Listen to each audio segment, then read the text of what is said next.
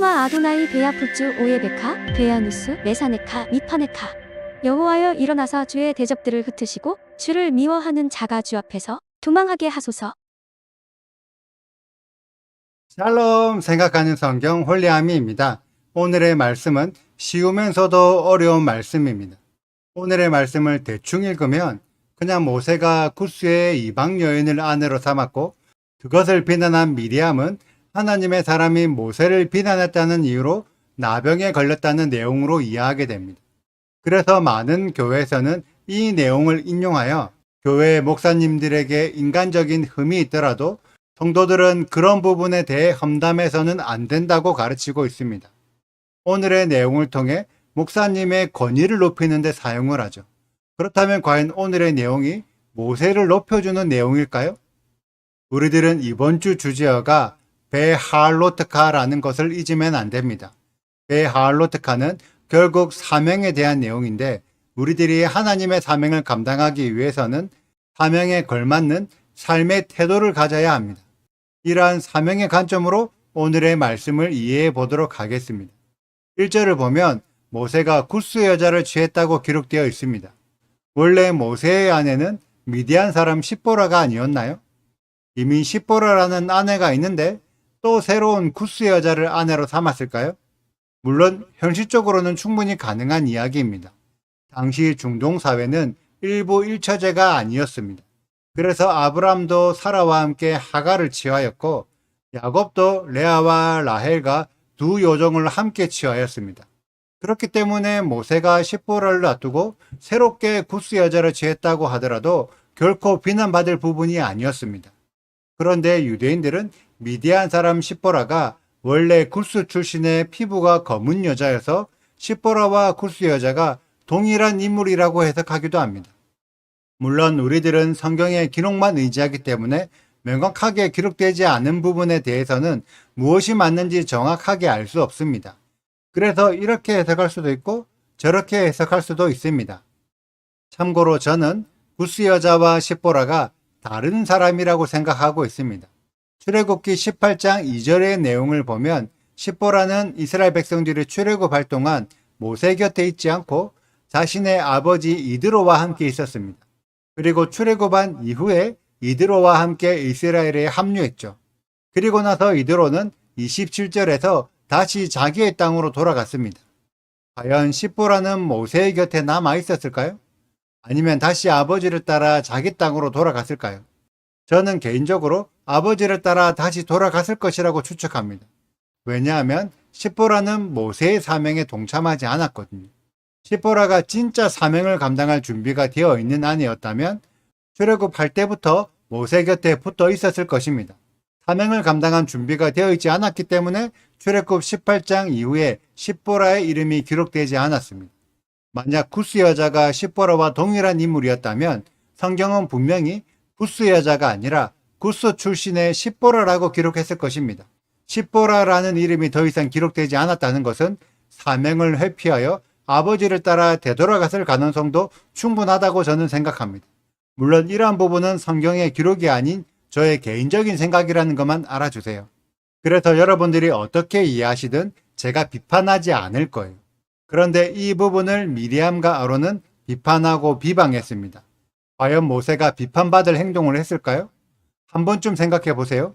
만약 모세가 새로운 아내를 취할 상황이었다면 분명히 먼저 하나님께 물어봤을 것입니다. 이 여자와 결혼해도 되는지 안 되는지를요. 하나님께서 승낙하셨기 때문에 새로운 아내를 맞이했지 허락하지 않으셨다면 모세는 결코 다른 여자와 결혼하지 않았을 것입니다. 만약 모세가 새로운 구스 여자를 아내로 삼았다면 그것은 분명 하나님께서 허락하신 일입니다. 그런 허락받은 일에 대해 미리암과 아론이 비방한 것입니다. 그런데 더 중요한 것은 비방의 원인은 분명 구스 여자였습니다. 그런데 비방의 결론은 2절에 나오는 것처럼 모세의 자격에 대한 논쟁입니다. 구스 여자 때문에 비방했으면 구스 여자로 끝이 나야죠. 그런데 미리암과 아론은 구스 여자로 시작해서 모세의 자격으로 끝이 납니다. 이것은 평상시에 그들이 가지고 있던 불평불만을 구스 여자를 핑계로 트집 잡아서 터뜨린 것입니다. 이에 대해 하나님은 모세와 어떤 관계인지를 직접 강림하셔서 변론하셨습니다. 모세는 온유함이 모든 사람보다 더하다고요. 온유함이 더하다는 것이 어떤 의미일까요? 착하다, 유순하다는 의미일까요? 히브리어로는 아납으로 이 경우에만 유순하다, 온유하다라고 번역했지 다른 모든 경우들에는 억압하다, 비참하다라고 번역했습니다. 즉 모세는 남들보다 더욱 스스로를 억압하고 절제하는 비참한 삶을 살고 있었다는 의미입니다. 구스 여자는 그런 비참한 모세를 위로해주고 달래주는 사명의 동반자 같은 존재였죠. 시포라가 그런 역할을 해줄 수도 있었겠지만 사명을 감당하기 싫어서 도망갔다면 그런 역할을 해줄 또 다른 존재가 필요한 것이 당연한 원리입니다. 그래서 하나님도 구스 여자를 허락하신 거죠. 그리고 출신이 구스일 뿐 이스라엘과 함께 출애굽하여 이스라엘에 접붙여졌다면 구스 여자는 동일한 이스라엘 사람입니다. 이제 더 이상 이방 사람이 아닌데 같은 이스라엘 사람들끼리 결혼하는 것은 전혀 비난받을 일이 아니죠. 그런데 이 문제를 미리암과 아론이 출신을 꼬투리 잡아서 비방한 거예요. 그 결과 미리암이 나병에 걸리게 됩니다. 그런데 왜 아론은 나병에 걸리지 않았을까요? 모세와 아론은 자신들이 맡은 사명을 충분히 감당하고 있는 자들이었습니다. 그런데 미리암은 무슨 사명을 감당했나요? 성경에는 그다지 미리암에 대해 기록하지 않았습니다. 왜냐하면 특별히 맡은 사명이 있어야 기록하지 모세의 형제라고 해서 무조건 높은 대우를 받는 것이 아니라는 거죠.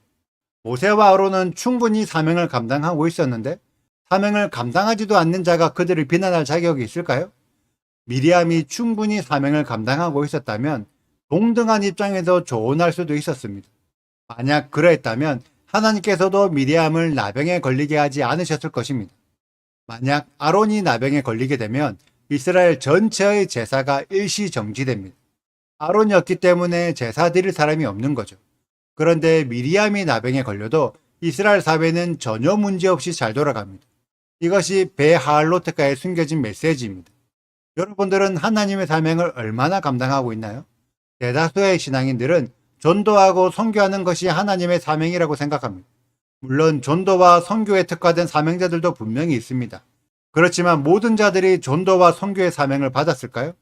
그 외의 일들이 얼마나 많은데 그런 일들은 누가 해야 할까요? 저는 각 사람마다 하나님께서 맡기신 사명이 각자 다르다고 생각합니다.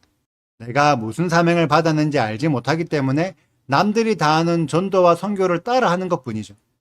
하나님께서 여러분들에게 원하시는 것이 무엇일까요? 그것을 알지 못하면 나는 내 역할을 하지 않고 있는 것입니다. 여러분들에게 맡겨진 각자의 사명을 찾아보세요.